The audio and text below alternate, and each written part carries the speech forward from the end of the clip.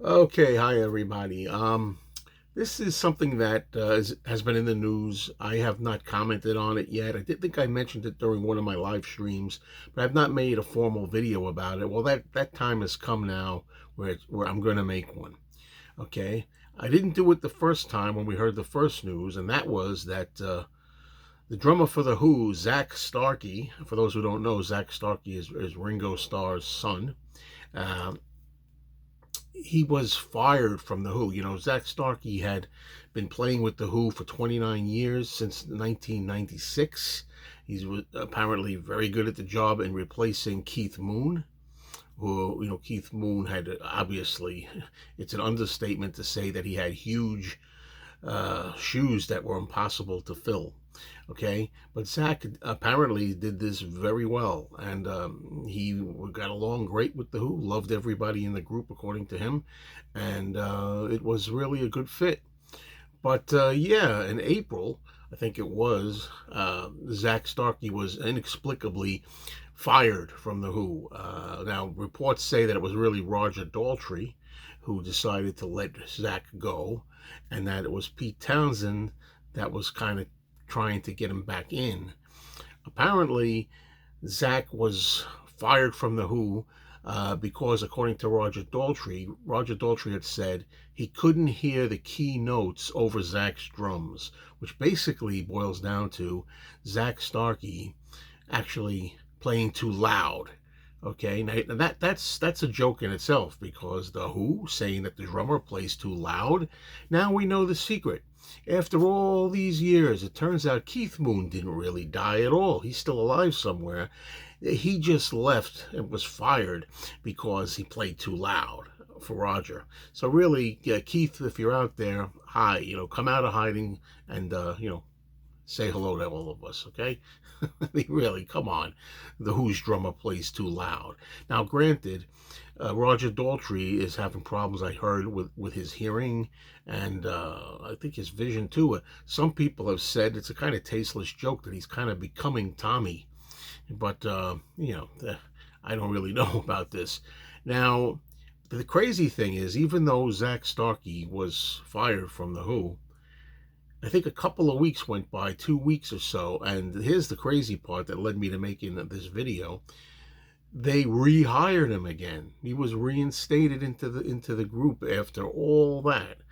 And there's a quote that after all this, that Pete Townsend made on social media. He said, quote, "After many years of great work on drums from Zach, the time has come for a change.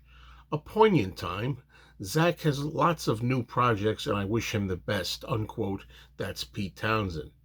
And it turns out that the drummer, Scott, I'm going to say DeVores, I don't really know how to say his name, Scott DeVores, is going to be replacing Zach now on the drums for the tour that they're doing. Okay, and this is I guess their fourth or fifth final tour now. I remember hearing them too saying that it was their final tour when many years ago. Yeah, right.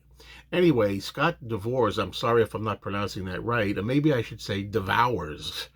Okay, because he's kind of devouring, Zach Starkey, so to speak. Man, I tell you, this is something. Now, Zach Starkey revealed that the decision was not his decision, despite what's being said by Townsend and Daltrey. A quote from Zach Starkey says, "I was fired 2 weeks after reinstatement and asked to make a statement saying that I had quit The Who to pursue my own other musical endeavors. This would be a lie," he says. "I love The Who and would never have quit," unquote, from Zach Starkey. It really makes me wonder, what does Dad Ringo Starr think about all of this? I really wonder. We haven't had a quote that I know of or a reaction from Ringo. And Ringo has a good sense of humor. I'd love to hear what he comes up with for this. I don't know what's going on with this. I mean, this is crazy. Maybe Daltrey and Townsend are really starting to approach senility. I mean, what's happening with them? Two really old guys. I mean, as all our favorite rockers are now, but suddenly it's drums getting too loud for them. I mean, it's and for the Who of all people, that's crazy. Anyway, the thing with me and the Who, my history was I never, in the past now we're talking, I never really cared about the Who one way or the other. My younger sister used to really be into whatever was new, and I remember her playing the album "Who Are You?" Okay, uh, and I guess this was the late '70s or early '80s, and that's the first time I really thought much about the Who, and I still didn't care for them too much. But as years went on, and recently, I bought a bunch of Who albums, and I do like the Who. I'm proud to be able to say for myself, anyway, that I do appreciate the Who.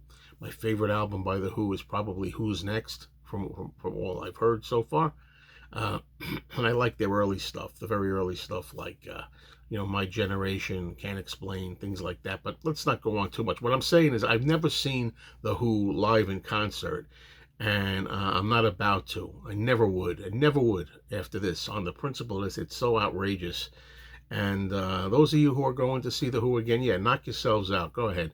You know, I even skipped seeing the Who not too long ago, several years ago, where Joan Jett, who I love, and I've seen Joan Jett many times in her heyday in the '80s, she was opening up for the Who, and I still didn't go, and I wouldn't go now at all.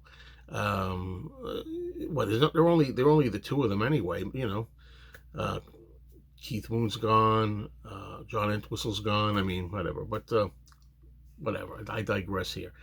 Anyway, that's it, folks. That's my thoughts on this absolute terrible, terrible thing that has happened to Zach Starkey. And Who Cares is the name of my album right now for The Who.